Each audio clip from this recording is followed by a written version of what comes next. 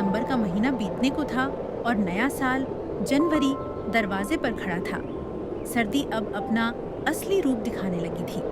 बर्फ सी ठंडी हवाएं चल रही थीं और ठंड मानो कहर बनकर टूट पड़ने को उतारू थी। हवा इतनी तेज थी कि झोपड़ियों की खपरेल तक कांप उठती थी। चारों ओर धुंध ही धुंध पसरी थी। न सामने का रास्ता साफ दिखता था, न दूर का कोई सहारा। ऐसी कड़ाके की ठंड में गरीब राधेश्याम का परिवार अपनी घास फूस की झोपड़ी में दुबका बैठा था। झोपड़ी के भीतर भी ठंड यूं घुस आई थी जैसे बाहर की सर्दी को रोकने वाला कोई दीवार ही न हो। ठिठुरते बदन और कांपते हाथों के साथ पूरा परिवार एक दूसरे से सटकर बैठा था, बस इतनी सी कोशिश में कि शायद एक दूसरे की गर्माहट से यह बेरहम ठंड थोड़ी देर के लिए थम जाए। राधेश्याम एक बहुत ही गरीब आदमी था। घर में बूढ़े माँ बाप, पत्नी और 5 साल की बेटी थी और इन सब का पेट पालने की जिम्मेदारी उसी अकेले राधेश्याम के ऊपर थी।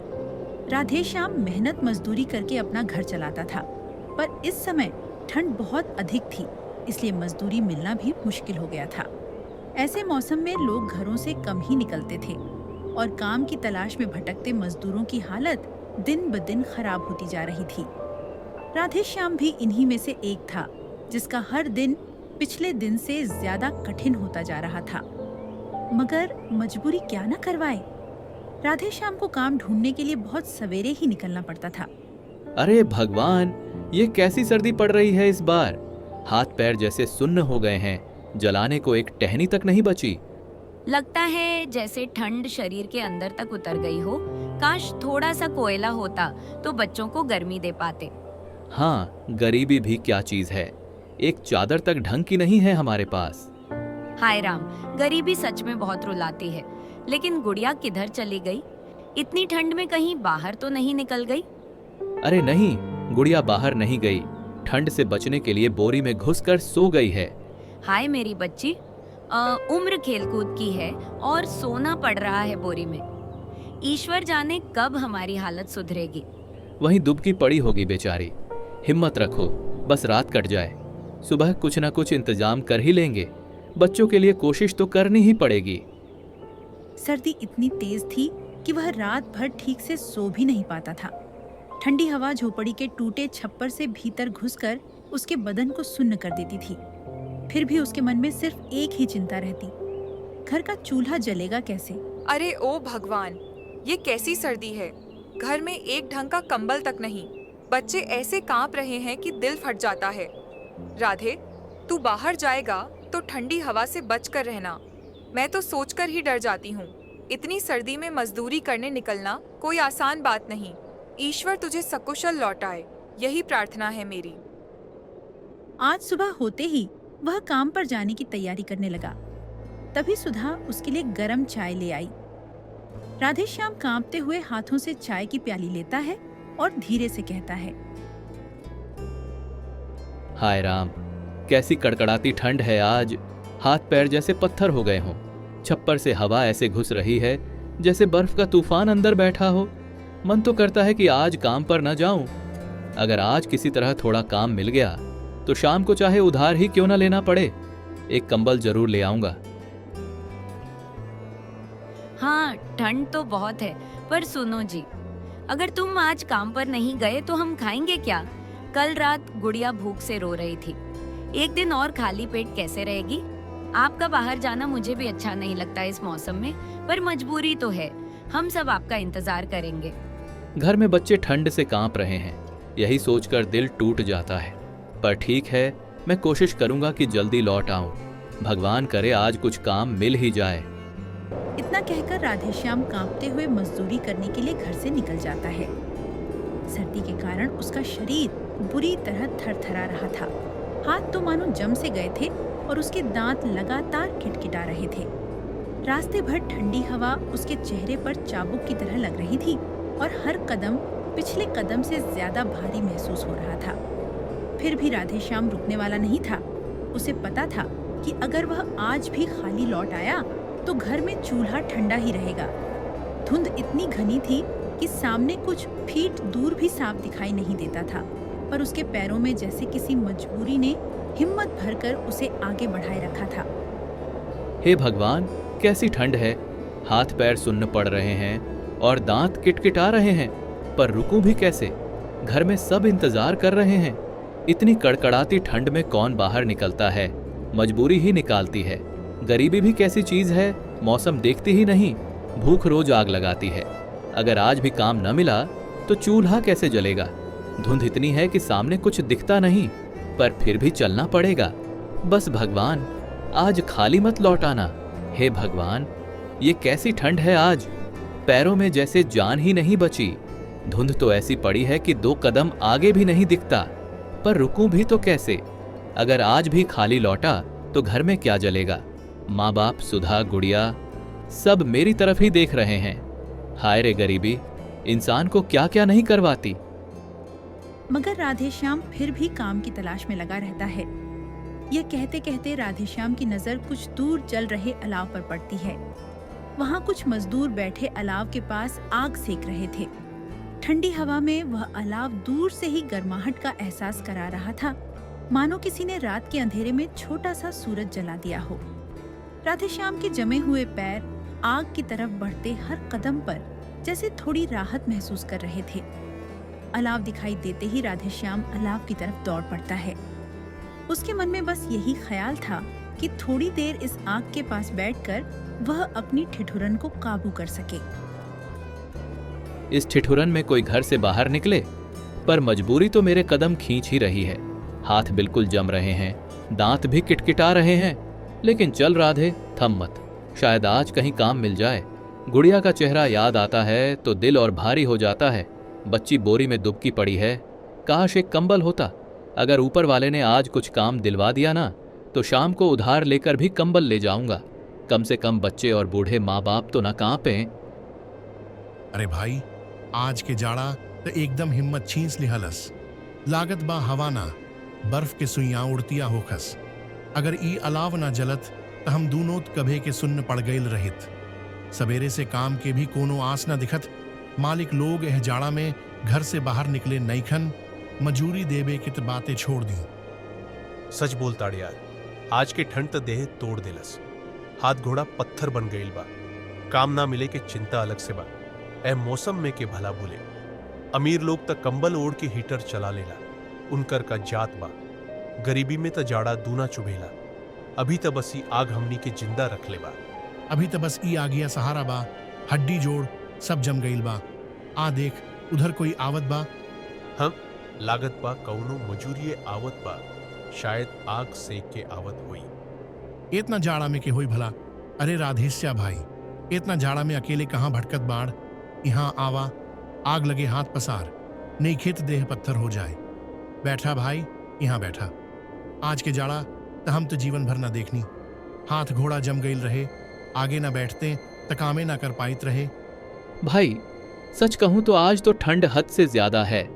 रास्ते भर लगा कि हवा नहीं, बर्फ के कांटे पड़ रहे हैं। थोड़ा आग देखकर जान में जान आई है। हाँ, सही कह रहे हो। मैं तो सोच रहा था कि शायद आज बाहर निकलना ही नहीं चाहिए था, लेकिन मजबूरी है। घर में बच्चे ठिठुर रहे हैं, काम ढूंढना ही पड़ेगा। यही तो बात होला भाई, पेट खातिर तो आदमी बर्फिया रात में भी निकल जाला। ये जाड़ा में मजूरी मुश्किल बा, लेकिन फिर भी खोजे से कुछ न कुछ मिल ही जाला। थोड़ी देर आंख सेंक ल, फिर ऊ चलब काम पूछे। हाँ भाई, अगर आज थोड़ा भी काम मिल गया ना, तो शाम को उधार लेकर भी एक कंबल जरूर ले जाऊंगा। ईश्वर तो हार मेहनत जरूर देखी राधेश्या भाई। आज कुछ न कुछ काम मिली जाई, हिम्मत ना हार। राधेश्याम अपने साथी मजदूरों से बात ही कर रहा होता है कि तभी एक सेठ वहां आ जाता है। सेठ को ठंड की जरा भी परवाह नहीं थी, क्योंकि उसने तो गर्म कपड़े पहन रखे थे। उसके आते ही अलाव के पास बैठे मजदूरों में हल्की सी खामोशी फैल गई, मानो सब उसकी अगली बात का इंतजार कर रहे हों। सेठ की चाल में एक अलग ही रौब था और उसके जूतों की आवाज ठंडी धरती पर साफ सुनाई दे रही थी।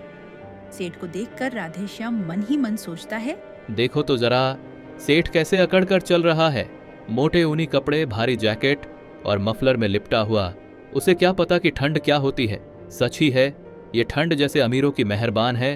वो बस बाहर से देखते हैं, भुगतते हम जैसे लोग हैं। अरे सुनो सब, काम आसान नहीं है। लेकिन मजदूरी अच्छी दूंगा। गोदाम के पीछे बड़ी बोरियां उतरवानी है। सेठ जी, आज के जाड़ा में ऐसन काम हमसे ना हुई। देह जम गईल बा, हाथ घोड़ा चलती है नहीं खे। जवन काम बतावतानी उत बिहान गर्मी छड़ी त सोचब। अभी त हमनी से उठलो ना जा रहल बा। इतना कड़कड़ाती ठंड में ऊंच नीच चढ़ाई करब, ई हमनी से ना हुई सेठ जी। ठंड वंड की परवाह मत करो, काम तो करना ही पड़ेगा। मैं इतनी रात को यहां तुम लोगों को ढूंढने आया हूं, कोई खाली हाथ मत बैठो। जो भी तैयार है मेरे साथ अभी चल पड़े, बाकी को पैसे नहीं मिलने वाले, समझ गए ना? सेठ जी, काम सच में बहुत कठिन है और ऊपर से ये कड़कती ठंड जान ले रही है, लेकिन मैं मना नहीं कर सकता। घर में एक भी ढंग का कंबल नहीं है। मेरी छोटी गुड़िया बोरी में दुबक कर सो रही है। उसकी हालत याद आती है तो अंदर से कुछ टूट जाता है। अगर आज भी मैं खाली हाथ लौटा तो घर में चूल्हा कैसे जलेगा? बच्चों और बूढ़े माँ बाप का क्या होगा? ठंड चाहे जितनी भी तेज हो, मुझे यह काम करना ही पड़ेगा। आप बस बता दीजिए कि करना क्या है, मैं तैयार हूँ। दूसरों की मना करने में मजबूरी है, लेकिन मेरी मजबूरी उससे बड़ी है। सेठ जी, मेरी बच्ची को कंबल चाहिए और उसके लिए मैं आज यह जोखिम उठाऊंगा। यह कहकर राधेश्याम सेठ के साथ उस काम को करने के लिए चला जाता है। रास्ते भर ठंडी हवा उसके चेहरे पर ऐसे लग रही थी जैसे किसी ने बर्फीली चादर उड़ा दी हो। धुंध इतनी गहरी थी कि कुछ ही कदम आगे दिखाई देता था और हर सांस मानो सीने में चुभती हुई महसूस होती थी। शाम तक किसी तरह काम करके वह कंबल खरीद लाता है, मगर घर आते आते उसे तेज बुखार हो जाता है। अरे, ये कैसी हालत हो गई है आपकी? बदन तो तावा सा तप रहा है, चेहरा भी बिल्कुल लाल हो गया है। इतनी कड़ाके की ठंड में बाहर जाने की क्या जरूरत थी? जरा सा आराम कर लेते तो क्या बिगड़ जाता? मैं क्या करता सुधा, घर में कंबल नहीं था। गुड़िया बोरी में दुबकी पड़ी थी। उसकी हालत याद आई तो लगा आज भी खाली गया तो कैसे चलेगा। काम मिला तो सोचा कंबल लेकर ही लौटूं। देखो, कंबल ले आया हूं। गुड़िया अब बोरी में नहीं सोएगी। आपकी सेहत सबसे पहले है। मैं आपकी मजबूरी समझती हूँ, पर इस तरह अपने ऊपर जुल्म करना ठीक नहीं। इतनी ठंड में काम पर जाएंगे तो बीमार ही पड़ेंगे। बस यही सोचकर हिम्मत जुटाई थी। शरीर टूट गया है पर मन को सुकून है। हाँ, थोड़ी गर्माहट मिल जाए तो शायद बुखार उतर ही जाए। तुम हो तो हिम्मत भी बनी रहती है। घर तो तभी चलेगा जब आप स्वस्थ रहेंगे। अपनी सेहत का भी थोड़ा ख्याल रखिए। आपका यह त्याग सबसे बड़ी कमाई है, पर ऐसे खुद को तकलीफ देते रहे तो हम सबका सहारा कौन रहेगा? आइए, भीतर बैठ जाइए। मैं अभी गर्म पानी लाती हूँ। रात भर आपकी देखभाल करूंगी, बस आप जल्दी ठीक हो जाइए। मगर राधेश्याम को ऐसी ठंड लगती है कि वह उठ नहीं पाता। झोपड़ी के भीतर भी सर्द हवा इतनी तेज थी कि मानो दीवारों को चीरकर उसके शरीर को पत्थर बना रही हो। घर वाले उसे संभालने की पूरी कोशिश करते रहे, लेकिन उसके हाथ पैर धीरे धीरे बिल्कुल सुन्न पड़ते जा रहे थे। रात भर उसकी सांसें कांपती रहीं और बुझते दिए की लौ की तरह उसकी ताकत भी कम होती चली गई। गर्म कंबल तो उसे मिल जाता है, मगर पैसे के अभाव में उसे इलाज नहीं मिल पाता। इसलिए एक दिन राधेश्याम ठंड की बलि चढ़ जाता है। हे भगवान, मेरा लाल मुझसे पहले कैसे चला गया? मैं तो सोचती थी कि अपने बुढ़ापे में उसी का सहारा बनूंगी, उसी के हाथों पानी पीकर एक दिन आंखें बंद करूंगी। लेकिन आज वही मेरा सहारा मुझसे छिन गया। काश मैं कुछ कर पाती, काश मेरे बच्चे को जरा सी गर्मी मिल जाती। मैं उसका दर्द नहीं बांट सकी, मैं उसे ठंड से बचा नहीं सकी। हे राम, मेरे बेटे ने कौन सा पाप किया था जो इतनी कम उम्र में उसे उठा लिया? अब इस बूढ़ी माँ का क्या होगा? किसके लिए जीऊंगी मैं? आपने हमेशा सबके लिए सोचा, बस अपने लिए कभी नहीं। बार बार कहा था ना, अपनी सेहत का भी ध्यान रखा कीजिए, लेकिन आपने तो हमेशा हमारे लिए खुद को दांव पर लगा दिया। देखिए, कंबल तो ले आए, लेकिन खुद हमें छोड़कर चले गए। अब मैं किससे कहूँ कि इतना ठंडा मौसम संभल कर बिताइए। गुड़िया को कौन समझाएगा कि उसके पिता अब लौटकर नहीं आएंगे? हमारे घर की नींव ही खो गई है। आपने तो हमें इस ठंड और इस दुनिया की जिम्मेदारियों के बीच अकेला छोड़ दिया। अब हम कैसे संभालेंगे खुद को? राधेश्याम की मौत के बाद अब घर चलाने की जिम्मेदारी सुधा के कंधों पर आ जाती है। अचानक घर का सारा बोझ उसके लिए बहुत भारी हो जाता है, पर हालात उसे रुकने नहीं देते। राधेश्याम के मरने से उन्हें सर्दी में ओढ़ने के लिए कंबल तो मिल जाता है, मगर पेट के लिए रोटी मिलना मुश्किल हो जाता है। ठंड के दिनों में काम मिलना और भी कम हो गया था और झोपड़ी में कई बार चूल्हा ठंडा ही पड़ जाता था। बूढ़े सास ससुर और बेटी भूख से बेहाल हो उठते हैं। बहू, जब से बेटा गया है इस घर का हर कोना खाली सा लगता है। दिल रोज रोता है, पर अब जो बीत गया उसे बदल नहीं सकते। अब हमें एक दूसरे को संभाल कर चलना है। तुम चिंता मत करो बहू, तुम हमारे लिए बेटी के समान हो। गुड़िया भी तुम्हारी ही ताकत पर भरोसा करती है। ठंड है, भूख है, मुश्किलें बहुत हैं, पर तुम्हारी हिम्मत हम सबके लिए सहारा है। हम दोनों बूढ़े सही, पर तुम्हारे साथ खड़े हैं। बहू, हम जानते हैं कि बेटे के जाने के बाद घर का सारा बोझ अचानक तुम्हारे कंधों पर आ गया है। हम बूढ़े हैं, पहले जैसी ताकत अब नहीं रही, लेकिन इतना ज़रूर कहना चाहता हूँ कि तुम अकेली नहीं हो। मुश्किलें चाहे कितनी भी हों, हम सब मिलकर सामना करेंगे। चूल्हा देर से जलेगा, पर जलेगा ज़रूर। तुम बस हिम्मत मत छोड़ना। हम तुम्हारे साथ हैं और जितना हो सकेगा तुम्हारी मदद करेंगे। अम्मा जी, बाबूजी, मुझे पता है कि अब इस घर की जिम्मेदारी मेरी है और मैं पीछे नहीं हटूंगी। ठंड के कारण काम ढूंढना बहुत कठिन हो गया है। कई बार चूल्हा भी नहीं जल पाता, पर मैं पूरी कोशिश करूंगी कि घर में कोई भूखा न रहे। गुड़िया की आंखों में डर देखकर मन टूट जाता है, पर उसी के लिए तो मुझे मजबूत बनना होगा। आप दोनों का साथ और आशीर्वाद ही मेरी सबसे बड़ी ताकत है। जो भी काम मिलेगा मैं करूंगी। बस आप दोनों चिंता न करें, मैं घर को संभाल लूंगी।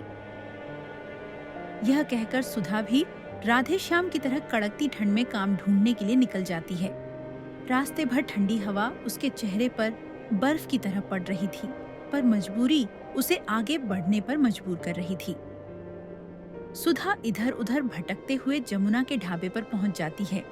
वहां पहुंचते पहुंचते उसके पैर सुन्न हो चुके थे, लेकिन उसके मन में उम्मीद थी कि शायद यहाँ उसे कोई छोटा मोटा काम मिल जाए। भैया, क्षमा कीजिएगा, क्या एक बात कह सकती हूँ? मैं काम की तलाश में हूँ। घर की परिस्थितियाँ बहुत कठिन हो गई हैं। यदि आपके ढाबे में कोई छोटा मोटा काम खाली हो, बर्तन धोने का या साफ सफाई का, तो कृपया मुझे रख लीजिए। मैं पूरी मेहनत और ईमानदारी से काम करूंगी। जो भी काम आप दें मैं निष्ठा से कर लूंगी भैया। बस इतने भर से घर में चूल्हा जल जाएगा, यही मेरे लिए बहुत है। बहन, इतनी ठंड में बाहर निकलना ही बहुत हिम्मत का काम है। चेहरा देखकर ही समझ आ रहा है कि काफी तकलीफ में हो। काम की जरूरत तो है मुझे भी। बर्तन धोने और सफाई का काम खाली है। आपने मुझे काम देकर बहुत बड़ा उपकार किया है भैया। घर में बच्ची है, बूढ़े सास ससुर हैं। आपकी यह मदद मेरे लिए भगवान की कृपा से कम नहीं। मैं पूरी सच्चाई से काम करूंगी। ठीक है बहन, आज से ही काम शुरू कर दीजिए। मेहनत तो है, पर मजदूरी सही दूंगा। सुबह शाम बर्तन धोने होंगे और बीच बीच में सफाई भी करनी होगी। आप चिंता न कीजिए। पहले अंदर जाकर हाथ मुंह धो लीजिए, फिर धीरे धीरे काम संभाल लीजिए। सुधा उसी समय काम पर जुट जाती है और ठंड की परवाह न करते हुए सारा काम मन लगाकर करती है। बर्फ जैसी ठंडी हवा उसके गीले हाथों को और भी चुभने लगती है, लेकिन फिर भी वह रुकने का नाम नहीं लेती। उसके मन में बस यही सोच थी कि किसी तरह घर वालों के लिए आज रोटी का इंतजाम हो जाए। सुधा का काम देखकर हरि बहुत खुश होता है। सुधा कड़कती सर्दी में कांपते हुए बर्तन धोते हुए रो रही होती है, मानो आंसू और ठंड दोनों मिलकर उसके दिल का दर्द बाहर ला रहे हों। बहन, आप रो क्यों रही हैं? मैंने तो आपको मेहनत करते देखा था, लेकिन ये आंसू, क्या कोई परेशानी है? अगर कुछ कहना चाहें तो निश्चिंत होकर कहिए।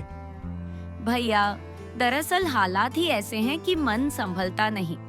पति को ठंड ने छीन लिया, इलाज के पैसे भी नहीं थे। घर में बूढ़े सास ससुर और छोटी बच्ची है। कई दिन चूल्हा ठंडा रह जाता है। कंबल तो मिल गया, पर रोटी का इंतजाम नहीं हो पाता। मजबूरी में आज इतनी सर्दी में बाहर निकलना पड़ा। काम मिला तो लगा शायद आज घर वाले भूखे न सोएंगे। बस यही सोचकर आंसू रुक नहीं रहे। बहन, आपका दर्द सुनकर मन भारी हो गया। दुनिया में बहुत लोग मुश्किलें झेलते हैं, पर जो हिम्मत आप दिखा रही हैं वह कम नहीं। इतनी ठंड में भी आपने जिस लगन से काम किया है वह किसी की भी आंखें नम कर दे। आप चिंता मत कीजिए, यहाँ आपका मान रहेगा और काम भी। जितना बन पड़ेगा मैं आपकी मदद करूंगा। बस हिम्मत बनाए रखिए, आपकी मेहनत रंग लाएगी। अब पहले थोड़ा गर्म पानी पी लीजिए, फिर आराम से काम कीजिए। मैं हूं ना, घबराइए मत। आपका बहुत बड़ा उपकार है भैया। मैं बस इतना चाहती हूँ कि घर में कोई भूखा न रहे, बाकी तकलीफें तो सह लूंगी। यह कहकर हरि अपने काम पर लग जाता है। रात भर सुधा की हालत उसके मन में घूमती रही और उसे एहसास होने लगा था कि इतनी ठंड में किसी का भी अकेले टिक पाना आसान नहीं। सुबह होते ही उसके मन में यह बात साफ थी कि सुधा को किसी न किसी तरह थोड़ी मदद की जरूरत है। और अगले दिन जब सुधा काम पर आती है तो हरि उसे कुछ गर्म कपड़े और कंबल देते हुए कहता है, बहन, जरा इधर आइए। कल आपकी हालत देखकर रात भर मन भारी रहा।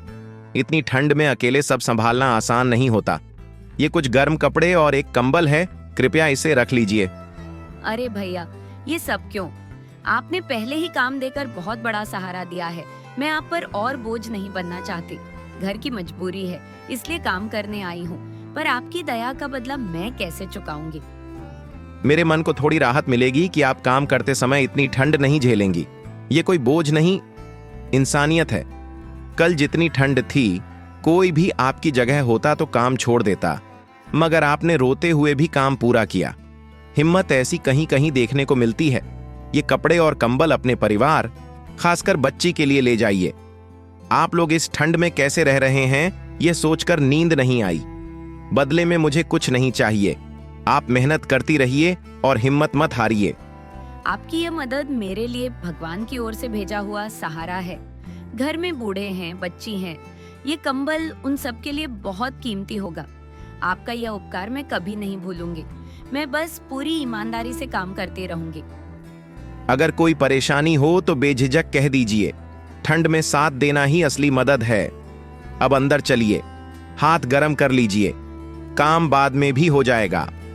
सुधा अपने सास ससुर और बेटी को गर्म कपड़े पहनाती है और उन्हें ओढ़ने के लिए गर्म कंबल देती है। इतने समय से ठंड सहते सहते उनके शरीर थक चुके थे, इसलिए कपड़े मिलते ही उनके चेहरे पर हल्की राहत दिखने लगी। झोपड़ी के अंदर भी अब पहले जैसी कंपकंपी नहीं हो रही थी, जैसे गर्म कपड़ों ने माहौल को थोड़ा सहने लायक बना दिया हो। बहू, ये तू कहाँ से ले आई? इतने दिनों से हम लोग ठंड में बस कांप ही रहे थे। कपड़े पहनते ही जैसे जान में जान आ गई। भगवान तुझे खुश रखे बिटिया, तूने तो हमारी उम्र बढ़ा दी। बहू, तू तो सच में इस घर की लक्ष्मी है। बेटे के जाने के बाद भी तूने हमें संभाल रखा है। हम क्या दे सकते हैं तुझे?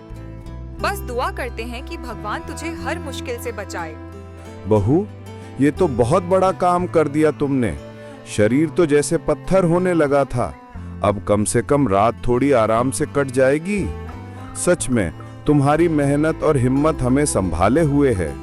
हम बूढ़े हैं, कुछ कर नहीं पाते, पर तूने जो किया वो हमारे बस में नहीं था। बहू, हम पर इतना बोझ मत समझा कर, हम तेरे साथ खड़े हैं। जितना बन सकेगा करेंगे। अम्मा जी, बाबूजी, आप दोनों ठंड में इतने कष्ट झेल रहे थे, यह देखना मेरे लिए और भी कठिन था। ये कपड़े किसी दया से नहीं, आपकी जरूरत समझकर लाए हैं। आप लोग आराम से रहिए, बस यही मेरे लिए सबसे बड़ी राहत है। आप दोनों का साथ ही मेरी ताकत है।